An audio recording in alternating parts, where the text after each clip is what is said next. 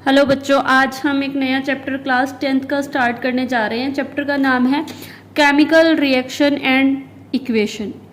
Chemical reaction and equation यानी कि रासायनिक अभिक्रियाएं और समीकरण। अब ये क्या होती हैं केमिकल रिएक्शन, किसको हम बोलते हैं और क्यों ज़रूरी है, ये आपकी केमिस्ट्री का पार्ट है।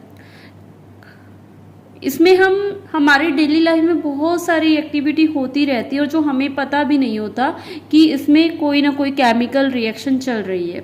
जैसे कि हम हमारे डेली लाइफ से कंपेयर करके देखें तो अगर गर्मियों में हम मिल्क जो होता है, दूध, अगर हम फ्रिज में नहीं रखते या बिना बॉईल किए रख देते हैं बाहर ही, तो वो खराब हो जाता है। ठीक है।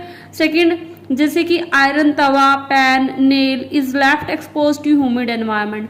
अगर कभी आपने कोई कील वगैरह देखी हो जिसके ऊपर रेड सी कलर की एक लेयर बनी होती है, तो वो क्या होता है कि उसके ऊपर रस्ट लग जाता है। किसके कारण? ह्यूमिड एनवायरनमेंट के कारण। ह्यूमिड एनवायरनमेंट यानी कि जो एनवायरनमेंट है उसमें किसकी कंसंट्रेशन है? वाटर की कंसंट्रेशन है, वाटर वेपर्स है, ऑक्सीजन है। उसकी वजह से वो जो आयरन है वो कैसा हो गया है, एक तरीके से उसके ऊपर क्या लग गया है? रस्ट लग गया है। ग्रेप्स गेट्स फर्मेंटेड, जो ग्रेप्स वगैरह हैं वो उसमें कुछ ऐसी रिएक्शंस करवाई जाती है कि वो अल्कोहल में बदल जाते हैं, उनका फर्मेंटेशन प्रोसेस हो जाता है, किण्वन हो जाता है। फूड इज कुक्ड, ये भी एक तरह का केमिकल प्रोसेस होता है। छोटी क्लासेस में आपने पढ़ा होगा फिजिकल चेंज और केमिकल चेंज क्या होते हैं। फिजिकल चेंज वो है जो सिर्फ फिजिकल स्टेट में चेंज हो रहे हैं और वापस से जिसको हम पहले वाली पोजीशन में ला सकते हैं, रिवर्सिबल होते हैं, उनको आप फिजिकल चेंज बोलते हो। यानी कि अगर उसका कलर चेंज हुआ है, उसकी स्टेट चेंज हुई है, तो आप उसको पहले वाली में ला सकते हो। लेकिन अगर उसमें कुछ ऐसा चेंज आ गया है उसको आप पहले वाली पोजीशन में नहीं ला सकते, तो उसको आप क्या बोलते हो? नॉन रिवर्सिबल या फिर केमिकल चेंज। तो जैसे फूड इज कुक्ड, अगर आपने खाना पका लिया है तो उसको आप पहले वाली कच्ची फॉर्म में नहीं ला सकते, तो वो कैसा चेंज होगा? Chemical change. Food gets digested in our body, हमारे जो बॉडी है उसमें खाना डाइजेस्ट हो रहा है, तो वो भी एक तरीके का केमिकल चेंज है। वी रेस्पायर, हम रेस्पिरेशन का प्रोसेस करते हैं, ऑक्सीजन लेकर जाते हैं अपनी बॉडी के अंदर, कार्बन डाइऑक्साइड को बाहर निकालते हैं और फिर वहां पर फूड का ब्रेक डाउन होता है। तो ये सारे प्रोसेसेस में कोई ना कोई रिएक्शन चल रही है। और भी तो इन सब में रिएक्शंस में एक बात नोटिस की गई कि जो इनिशियल सब्सटेंस था वो कुछ ना कुछ उसमें क्या हो गया? चेंज हो गया। जैसे यहाँ पर जो मिल्क इनिशियल था, अब उसमें लैक्टिक एसिड की कंसंट्रेशन ज़्यादा होगी, लैक्टोबैसिलस बैक्टीरिया वगैरह ज़्यादा बढ़ गए, तो उसकी वजह से उसका जो टेक्सचर है वो चेंज हो गया। सेम ऐसा ही आयरन के साथ हुआ, पहले वो आयरन था, अब वो क्या बन चुका है? रस्ट। तो कोई ना कोई इनकी फिजिकल स्टेट में क्या आ रहा है? चेंज आ रहा है। तो जब भी कोई केमिकल रिएक्शन होगी तो हमें कैसे पता चलेगा कि यहाँ पर केमिकल रिएक्शन हो रही है? तो इसके लिए कुछ एक्टिविटी दी गई हैं। इसमें सबसे पहली एक्टिविटी क्या दी गई है कि आपको एक मैग्नीशियम रिबन लेना है और उस मैग्नीशियम रिबन को आपको जलाना है। तो आप नोटिस करोगे कि जो ये मैग्नीशियम रिबन है ये जब जलता है तो व्हाइट कलर की फ्लेम देता है और व्हाइट पाउडर एज ए ऐश, राख की तरह बच जाता है। ये जो पाउडर आपको मिलता है ये क्या होता है? आपके पास मैग्नीशियम ऑक्साइड। तो यहाँ पर एक रिएक्शन हुई, वो रिएक्शन किस किस के बीच में हुई? वो रिएक्शन हुई है मैग्नीशियम और ऑक्सीजन के बीच में। जैसे कि यहाँ पर मैग्नीशियम आपने मेटल लिया प्लस आपने क्या लिया? ऑक्सीजन। जब इसको रिएक्ट करवाया गया तो इससे जो है आपको जो प्रोडक्ट मिला वो क्या मिला? Magnesium oxide. तो ये जो मैग्नीशियम ऑक्साइड मिला है ये एक अलग प्रोडक्ट है, फाइनल प्रोडक्ट आपको अलग मिला। इनिशियल आपने क्या लिया था? मैग्नीशियम लिया था। तो यानी कि यहाँ पर कोई ना कोई क्या हो रही है? रिएक्शन हो रही है। सेकंड, कि जो आपको ये व्हाइट ऐश मिली, व्हाइट पाउडर मिली, इसको आप वापस से मैग्नीशियम में नहीं बदल सकते। ठीक है। तो हम इन एक्टिविटी से, और दूसरी एक्टिविटी जिंक ग्रेनुअल्स की दे रखी है, इसको आप एक टेस्ट ट्यूब में डालोगे, उसमें उसको अगर आप हाइड्रोक्लोरिक एसिड या सल्फ्यूरिक एसिड के साथ रिएक्ट करोगे तो आपको एक नया प्रोडक्ट मिलेगा। यहाँ जो रिएक्शन होगी क्या होगा कि आपने जिंक ग्रेनुअल्स लिए हैं ठीक है, और उसको आप किसी एसिड के साथ रिएक्ट करवा रहे हो तो आपको क्या मिला, जिंक क्लोराइड मिला, प्लस कौन सी गैस रिलीज हुई, हाइड्रोजन गैस। तो जनरली पता है कि जब भी कोई मेटल एसिड के साथ रिएक्ट करता है तो कौन सी गैस रिलीज करते हैं, हाइड्रोजन गैस। तो यहाँ पर कोई ना कोई गैस भी निकल रही है, कोई ना कोई एक्स्ट्रा प्रोडक्ट भी निकल रहा है। तो ये भी किस तरीके का चेंज हुआ, केमिकल चेंज। क्यों, क्योंकि हमने इनिशियल जो रिएक्टेंट थे वो अलग लिए और जो हमें फाइनल प्रोडक्ट है वो कुछ अलग मिला। तो इन एक्टिविटी से हमें ये पता चला कि अगर केमिकल रिएक्शन कहाँ कहाँ पर हो सकती है। पहला, चेंज इन स्टेट, अगर कोई चीज पहले सॉलिड में थी, सॉलिड से वो लिक्विड गैस में चेंज हो चुकी है, या गैस से वो सॉलिड लिक्विड में चेंज हो गई है, तो हम क्या कहेंगे कि वहां पर कौन सी रिएक्शन हो रही है, chemical reaction. Second, change in colour, जैसे किसी भी कॉपर सल्फेट वगैरह को अगर आप किसी में डिसोल्व कर रहे हो तो उसमें अगर उसका कलर ब्लूइश से चेंज हो रहा है तो भी हम क्या कहेंगे, वहां पर भी क्या हो रही है, chemical reaction. Evolution of gas, जैसे कि अभी हमने ये वाली एक्टिविटी की है, यहाँ पर क्या निकल रही है, गैस निकल रही है, तो यहाँ पर भी क्या हो रहा है, आपका एक तरीके का chemical reaction. Change in temperature, बहुत सी एक्टिविटी अगर आपने लैब में की हो, जब भी आप उस एक्टिविटी को करवाते हो और अगर आप उस बीकर को टच करो हाथों से, साइडों से, तो आपको देखा मिलेगा कि जो बीकर का टेम्परेचर है पहले के कंपैरिजन में थोड़ा सा हाई है। तो अगर टेम्परेचर चेंज होता है ये भी क्या हो सकता है, केमिकल रिएक्शन। तो हमने 4 मेन पॉइंट्स देखे कि अगर किसी भी आप कोई दो चीजों को रिएक्ट करवा रहे हो, उसकी स्टेट चेंज होती है, solid liquid gas, colour change होता है, गैस निकलती है, या फिर उसका टेम्परेचर चेंज होता है, तो वहां पर क्या हो रही है, एक तरीके की केमिकल रिएक्शन। अब आता है केमिकल इक्वेशन।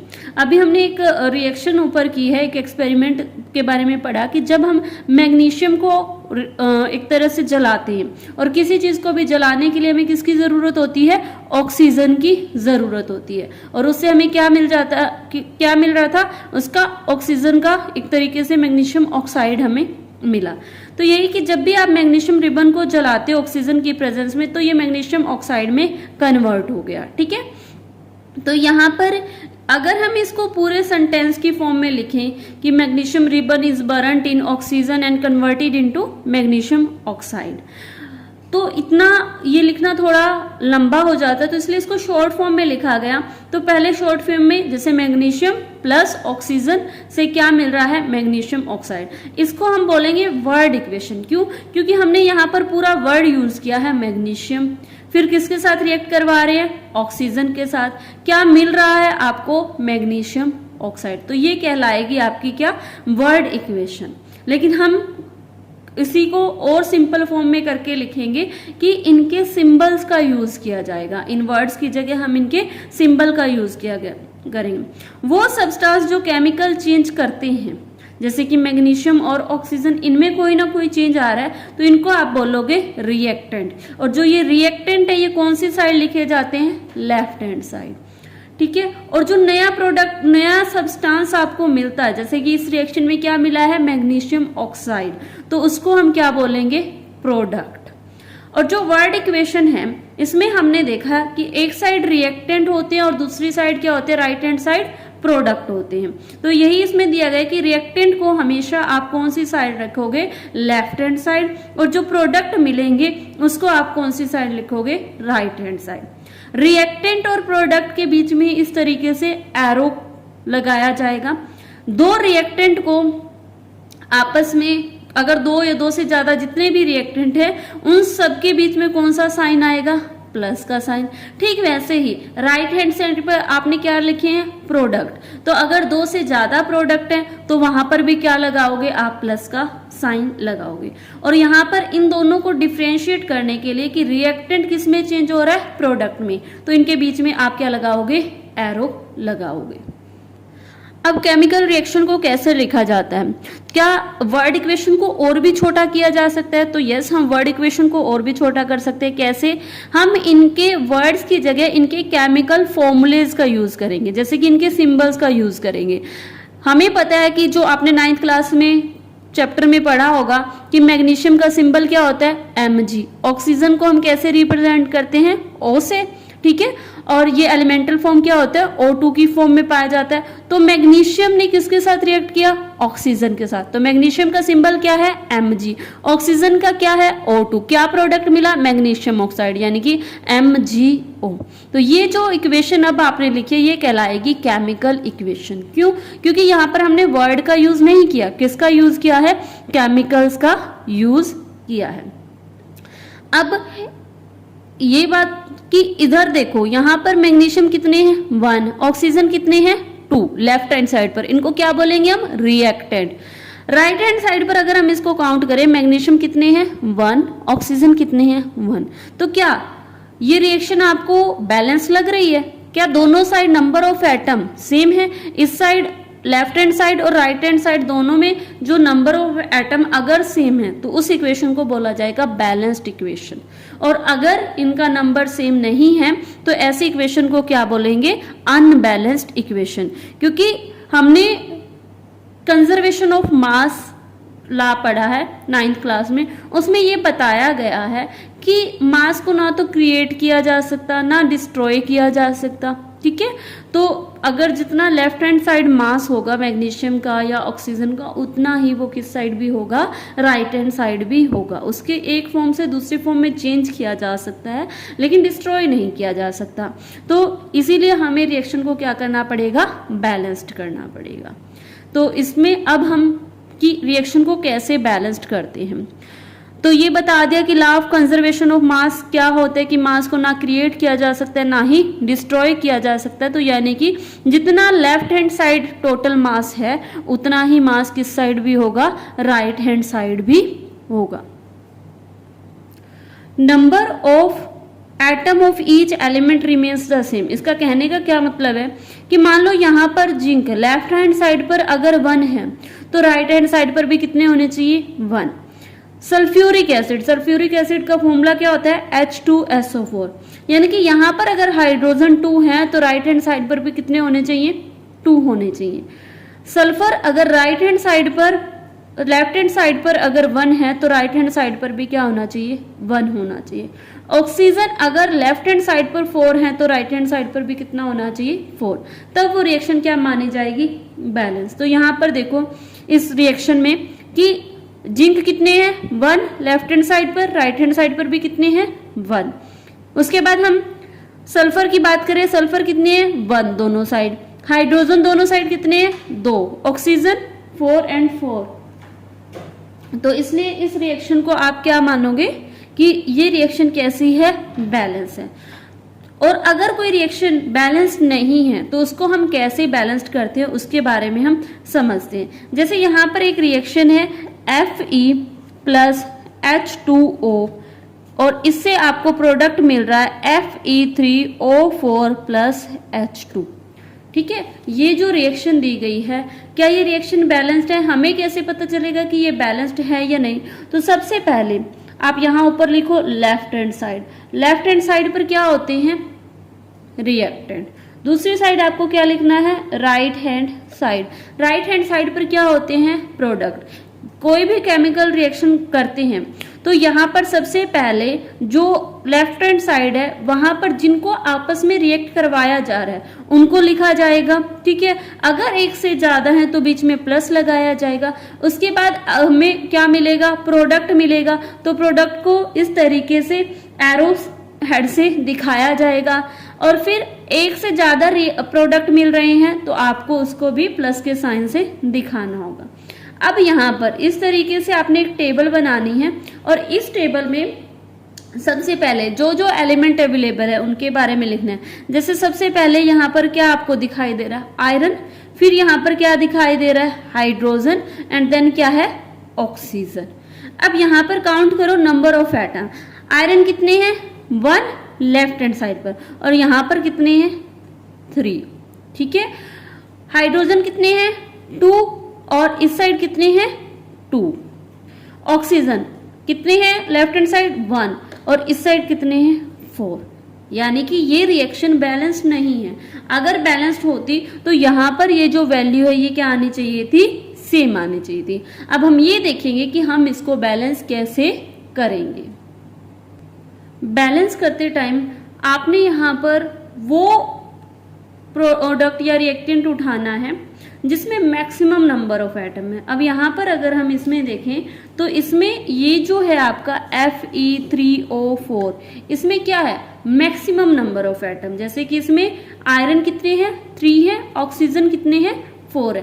तो मैक्सिमम नंबर ऑफ एटम को हम लेंगे तो सबसे पहले हम बैलेंस करना चाहेंगे ऑक्सीजन को। देखो ऑक्सीजन मैक्सिमम नंबर है 4, राइट हैंड साइड पर ये 4 है, लेफ्ट हैंड साइड पर क्या है 1। तो आप या तो इसको मल्टीप्लाई करके कर सकते हो बैलेंस्ड, या फिर इसको क्या कर सकते हो, डिवाइड करके कर सकते हो। तो यहाँ पर अगर हम इस ऑक्सीजन को 4 से मल्टीप्लाई कर दे, कौन से वाली को, लेफ्ट हैंड साइड वाली को, तो यानी कि यहाँ पर अब आपको कितने नंबर ऑफ ऑक्सीजन हो गए, 4। अब इस रिएक्शन को आप लिखोगे दोबारा से Fe प्लस H2O से क्या बन रहा है, Fe3O4 प्लस H2, ये बन रहा है। अब क्योंकि आपने ऑक्सीजन को 4 से मल्टीप्लाई किया है तो हम ऑक्सीजन को ऐसे नहीं लिख सकते H2O4, ठीक है। तो अब हम क्या करेंगे, हमें क्योंकि ये ऑक्सीजन किसके साथ अटैच है, वाटर के साथ अटैच है, तो इसीलिए हम इसको क्या लिखेंगे यहाँ पर 4H2O, ठीक है। अब देखो कि यहाँ पर जब हम इसको 4H2O लिखेंगे तो यानी कि अब दोबारा से आप इसी टेबल को लिखो Fe हाइड्रोजन ऑक्सीजन, अब कितना हो गया, काउंट करो, Fe1 है लेफ्ट हैंड साइड पर, ओके।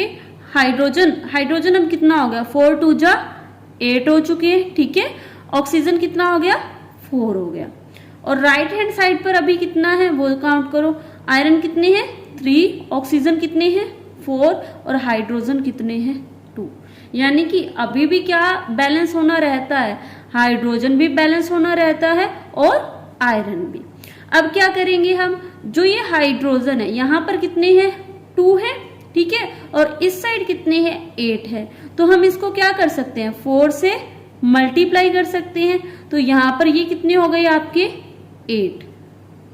अब आपकी ये रिएक्शन क्या लिखी जाएगी, Fe plus 4H2O Fe3O4 plus H2। अब H2 कितने हो चुके, कितने से आपने मल्टीप्लाई किया 4 से, तो ठीक है ये हो गया। अब देखो क्या क्या बैलेंस है, अब दोबारा से ये टेबल लिखो, Fe हाइड्रोजन ऑक्सीजन, Fe कितने हैं 1 8 4, ये सारा इस तरीके से left hand side. Right hand side पर अब देखो कितना है, आयरन 3 है, ऑक्सीजन कितना है 4 है, और हाइड्रोजन कितना है 8 है। यानी कि अब ये भी बैलेंस्ड हो चुकी है, ये भी बैलेंस। अब क्या नहीं बैलेंस्ड हुआ है, बैलेंस नहीं हुआ है आपका आयरन। क्या करोगे कि इसको इस साइड अगर हम 3 से मल्टीप्लाई कर दे तो ये रिएक्शन क्या हो जाएगी, बैलेंस्ड हो जाएगी। यानी कि अब आप क्या लिखोगे 3Fe plus 4H2O Fe3O4 plus 4H2O। तो अब यहाँ पर ये सारी क्या हो जाएंगी, बैलेंस्ड हो जाएगी। तो इस तरीके से हम इस रिएक्शन को बैलेंस्ड कर सकते हैं। एक बार दोबारा से हम इस रिएक्शन को समझते हैं।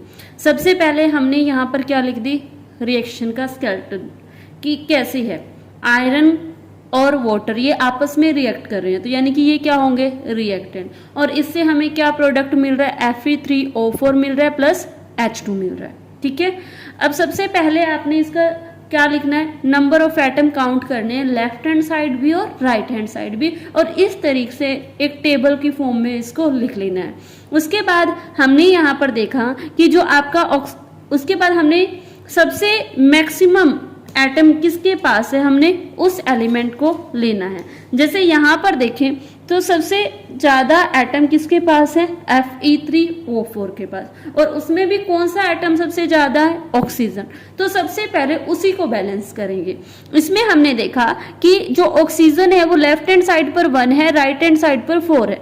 तो अगर आपको रिएक्शन को बैलेंस करना है तो या तो आप इसमें मल्टीप्लाई करोगे या डिवाइड कर सकते हो। तो हमने क्या किया, इस ऑक्सीजन को 4 से क्या कर दिया, मल्टीप्लाई।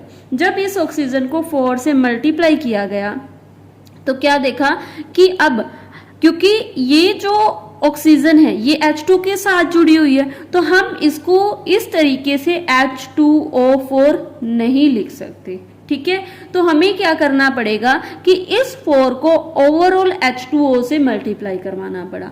जब हमने इसको ओवरऑल मल्टीप्लाई करवाया वाटर से, तो हमारे पास ये रिएक्शन आ गई। अब इस रिएक्शन के अकॉर्डिंग यहाँ पर क्या हुआ कि जो ये 4 है ये इस H2 के साथ भी मल्टीप्लाई होगा और ये इस ऑक्सीजन के साथ भी मल्टीप्लाई होगा। यानी कि अब आपके पास ऑक्सीजन तो बैलेंस हो गई, लेफ्ट हैंड साइड भी और राइट हैंड साइड भी, लेकिन अब क्या हो गया, जो वो बैलेंस थे वो अनबैलेंस हो चुके हैं। क्यों? क्योंकि यहाँ पर अब ये कितने हो चुके हैं, 8 हो चुके हैं, और यहाँ पर कितने हैं, 2। तो हमें इसको बैलेंस करना पड़ेगा। इसको बैलेंस करने के लिए हमने क्या किया, ये जो H2 है इसको किससे मल्टीप्लाई करवा दिया, 4 से। जब इसको 4 से मल्टीप्लाई करवाया गया तो ये भी कितने हो गए, 8, यानी कि ये भी क्या हो गए, बैलेंस। फिर उसके बाद हमने क्या देखा कि एक अभी भी एटम है जो अनबैलेंस है, वो क्या था, आयरन। तो हमने इसको बैलेंस करने के लिए कितने से मल्टीप्लाई करवा दिया, 3 से। तो इस तरीके से ओवरऑल जो रिएक्शन है वो क्या हो जाएगी, बैलेंस्ड हो जाएगी। क्यों बैलेंस करवाएगी, क्योंकि यहाँ पर हमें किसको फॉलो करना है, कंजर्वेशन ऑफ मास। जो ये ला है इसको हमें फॉलो करना है। तो इस तरीके से ये पूरी इक्वेशन क्या हो जाती है, बैलेंस्ड हो जाती है।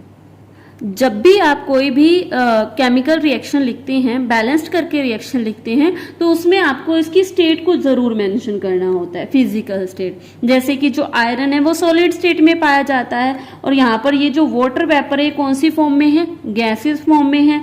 और ये जो रस्ट मिला है आपको ये भी कौन सी फॉर्म में है, सॉलिड फॉर्म में है। और जो H2 रिलीज होगी वो कौन सी फॉर्म में होगी, गैसियस फॉर्म में होगी। तो जब भी आप बैलेंस्ड रिएक्शन लिखोगे, सबसे पहले आपको रिएक्शन लिखते टाइम रिएक्टेंट और प्रोडक्ट का पता होना चाहिए। फिर रिएक्टेंट के अंदर आपने क्या करना है, प्लस का साइन, प्रोडक्ट के अंदर भी प्लस का साइन, और इन दोनों को डिफरेंशिएट करने के लिए हमने जो है वो एरो लगानी है। फिर उसके बाद आपको जब भी रिएक्शन बैलेंस्ड करनी है तो जितने भी उसमें एटम यूज हैं, एलिमेंट यूज हैं, उन सबको एक टेबुलर फॉर्म में लिखना है। टेबल में लिखने के बाद उनके दोनों साइड, लेफ्ट हैंड साइड जो रिएक्टेंट है उनकी नंबरिंग लिखनी है, राइट हैंड साइड जो है उनके नंबर लिखने हैं, और देन उसके बाद उनको हमने क्या कर देना है, बैलेंस कर देना है। बैलेंस करते टाइम सबसे पहले वो हम मॉलिक्यूल लेंगे जिसमें सबसे ज़्यादा नंबर ऑफ एटम है। तो इस तरीके से रिएक्शन को बैलेंस किया जा सकता है। यहाँ पर जो रिएक्शन की होती है वो कई बार टेम्परेचर, प्रेशर, कैटालिस्ट इनके ऊपर भी डिपेंड करती है। तो यहाँ पर उस रिएक्शन, ये जो एरो है इसके ऊपर हम उसका जो भी टेम्परेचर है, प्रेशर है, जैसे यहाँ पर ये प्रेशर दे रखा है, ठीक है, उस प्रेशर को आप लिख सकते हो। यहाँ पर अगर हम देखें फोटोसिंथेटिक रिएक्शन है वो सनलाइट की प्रेजेंस में हो रही है, तो जो जो चीज़ें रिक्वायरमेंट हैं, कैटालिस्ट हो या कुछ भी हो, उनको हम इस एरो के ऊपर रिप्रेजेंट कर सकते हैं, ठीक है। तो इस तरीके से ये रिएक्शन हो जाती है। अब जैसे ये नेक्स्ट रिएक्शन दे रखी है कार्बन डाइऑक्साइड प्लस 2H2, ठीक है, और ये क्या बना रहे हैं, CH3OH। तो अब अगर हम यहाँ देखें क्या ये रिएक्शन बैलेंस्ड है, यहाँ पर देखो कार्बन हमारे पास कितना है, 1, ठीक है, हाइड्रोजन आपके पास कितने हैं, 4, ऑक्सीजन कितना है, 1, left hand side, right hand side count करो, कार्बन 1, ओके है, ठीक है, हाइड्रोजन 3 and 1 4, बैलेंस्ड है, ऑक्सीजन 1। तो ये रिएक्शन क्या है, आपकी बैलेंस रिएक्शन है। सेम एस्टीज यहाँ पर नेक्स्ट रिएक्शन दे रखी है, कार्बन डाइऑक्साइड को वाटर के साथ रिएक्ट करवाया जाता है सनलाइट की प्रेजेंस में और क्लोरोफिल की प्रेजेंस में। तो यहाँ पर ये जो रिएक्शन हो रही है इससे आपको क्या मिलता है, ग्लूकोज मिलता है, ऑक्सीजन और वाटर। अब यहाँ पर अगर हमने इस रिएक्शन को बैलेंस्ड करना हो, इस रिएक्शन में देखो ये रिएक्शन है फोटोसिंथेटिक रिएक्शन। यहाँ पर अगर हम नोटिस करें कार्बन डाइऑक्साइड, इसमें हमारे पास एलिमेंट कौन कौन से, कार्बन है, ऑक्सीजन और हाइड्रोजन। अब हम सबसे पहले लेफ्ट हैंड साइड पर देखेंगे, कार्बन कितने हैं, 6, फिर उसके बाद है हाइड्रोजन। हाइड्रोजन देखो 12 2 जा 24, आपके पास हाइड्रोजन कितने हैं, 24। ऑक्सीजन 6 2 जा 12, 12 and 12 कितने हो गए, 24। 24 ये आपके पास क्या है, ऑक्सीजन है। अब देखो राइट हैंड साइड पर हम देखते हैं कि क्या ये कितने हैं, कार्बन, कार्बन यहाँ पर देखो C6 और कहीं भी कार्बन नहीं है, तो कार्बन कितने हैं आपके पास 6। हाइड्रोजन, हाइड्रोजन यहाँ पर कितने हैं 12 यहाँ और 6 2 जा 12 ही यहाँ पर है, 12 कितने हो गए 24 हाइड्रोजन है। ऑक्सीजन की बात करें 6 एंड 6 2 जा 12 एंड 6 कितने हो गए 18 एंड 6 24, यानी कि ये रिएक्शन कैसी रिएक्शन है, बैलेंस्ड रिएक्शन। बैलेंस्ड रिएक्शन कब बोला जाएगा, जब राइट हैंड साइड और